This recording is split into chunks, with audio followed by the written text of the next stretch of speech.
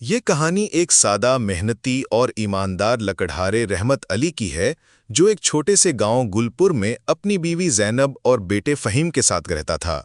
رحمت علی روز صبح سورج نکلنے سے پہلے اپنی کلہاڑی اٹھاتا، جنگل کی راہ لیتا اور دن بھر درخت کاٹ کر لکڑیاں جمع کرتا۔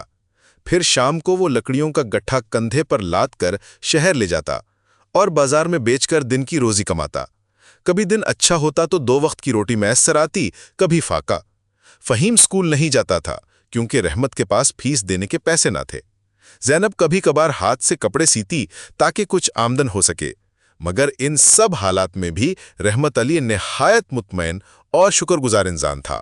وہ کہا کرتا، سچائی اور محنت کبھی ضائع نہیں جاتی، بس وقت لگتا ہے۔ ایک دن رحمت معمول کے مطابق جنگل میں گیا۔ وہ ایک پرانے حصے میں جا پہنچا جہاں وہ پہلے کبھی نہ گیا تھا۔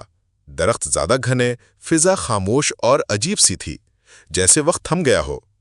اسے ایک بڑا اور سوکھا درخت نظر آیا جو بظاہر بے جان تھا۔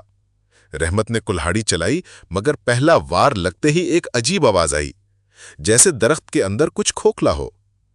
رحمت چونک گیا اور درخت کا ایک حصہ مزید کاٹا۔ اندر ایک لکڑی کا صندوق تھا جس پر سنہری نقش و نگار تھے۔ اس نے حیرانی سے صندوق کھولا اور وہ حیرت زدہ رہ گیا۔ صندوق میں سونے کے سکے، پرانے زیورات اور ایک پرانا خط تھا۔ رحمت علی نے صندوق کو بند کیا اور سوچنے لگا، یہ خزانہ شاید کسی نے یہاں چھپا رکھا تھا۔ کیا میں یہ رکھ لوں؟ آخر مجھے بھی حق ہے، میری بیوی، میرا بچہ، میری محنت۔ مگر پھر دل سے آواز آئی، یہ تمہارا نہیں، اللہ تمہیں آزمائش میں ڈال رہا ہے۔ رحمت نے خط کو کھولا۔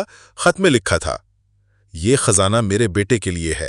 اگر کوئی ایماندار شخص اسے پائے تو براہ کرم نیچے دیے گئے پتے پر پہنچا دے، اللہ تمہیں اس کا صلہ دے گا۔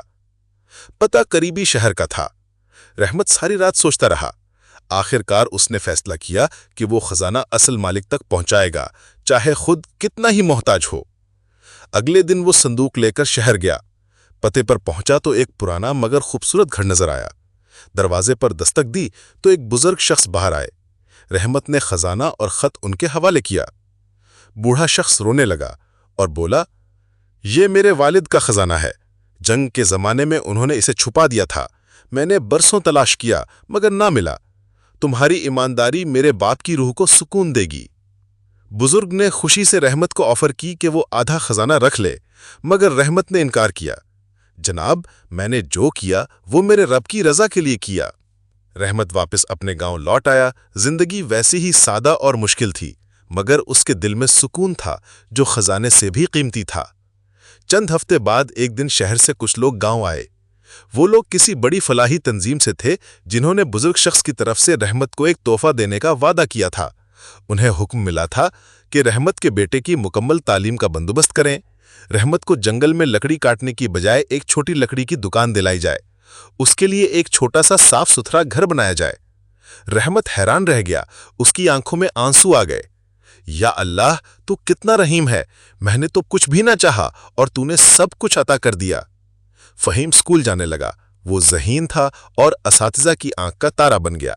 سال گزرتے گئے، فہیم نے محنت کی، وظائف حاصل کیے اور آخر کار ایک بڑا انجینئر بن گیا۔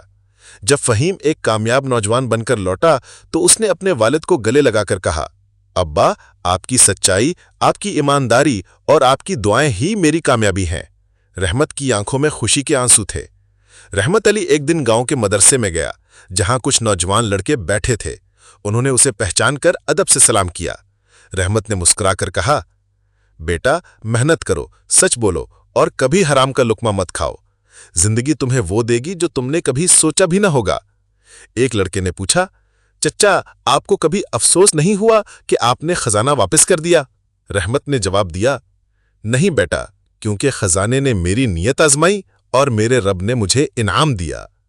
رحمت علی اب اس دنیا میں نہیں رہا، مگر اس کی کہانی آج بھی گلپور گاؤں کے بچوں کو سنائی جاتی ہے۔